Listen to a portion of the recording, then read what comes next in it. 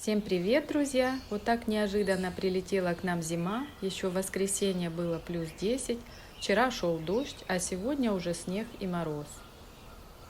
Какие-то растения пришлось в срочном порядке укрывать, ну а какие-то перезимуют и так.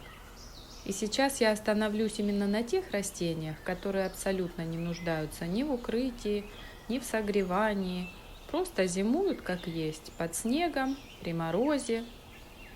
Барбарисы, конечно, уже стоят без листьев, но они очень декоративно смотрятся за счет своих красивых красных ягод. С какой стороны на него не посмотри, вот такой он красавчик.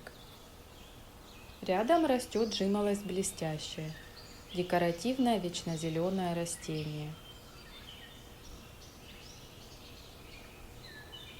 Осока птиценожковая, хороша и зимой, и летом, совершенно не меняет свою листву в любое время года. Снег сойдет, а она будет все так же хороша.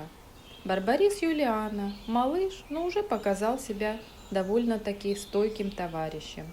А вот этот лук я посадила осенью, и он сразу же выпустил листья. Зацветет он, конечно же, весной. Ну и, конечно же, одними из самых декоративных зимой являются плющи. Посмотрите, их остекленевшие от мороза листочки совершенно не потеряли свой внешний вид и цвет. А чем больше нарастает зеленая масса, тем легче им переносить летом жару, а зимой холод. Рядом растет бересклет. Он тоже не нуждается в укрытии, когда становится взрослым кустом. Если же вы посадили молоденький куст, то лучше его в первую зиму укрыть. Любые растения во взрослом состоянии легче переносят погодные сюрпризы и неприятности.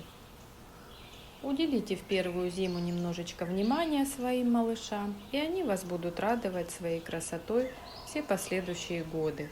Вот этот бересклет уже совершенно не нуждается ни в каком укрытии и абсолютно не поменял своего внешнего вида, так же как и плющ.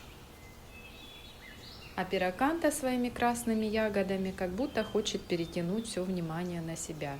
И у нее это хорошо получается. Птички еще не добрались до ее ягод, и поэтому она остается достаточно привлекательной дамой. Ну и как мы можем видеть, листочки тоже зеленые. Такая погода у нас простоит неделю, потом опять потеплеет, пойдет дождик, и снова все станет зеленым и красивым.